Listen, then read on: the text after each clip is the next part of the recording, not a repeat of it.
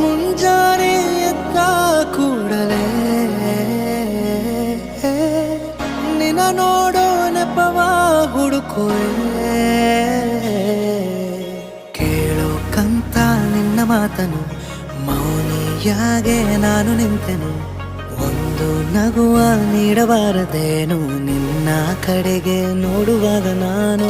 ಕೂಗೋಕಂತ ನಿನ್ನ ಹೆಸರನ್ನು ದನಿಯ ಚಂದ ಮಾಡಿಕೊಂಡೆನು.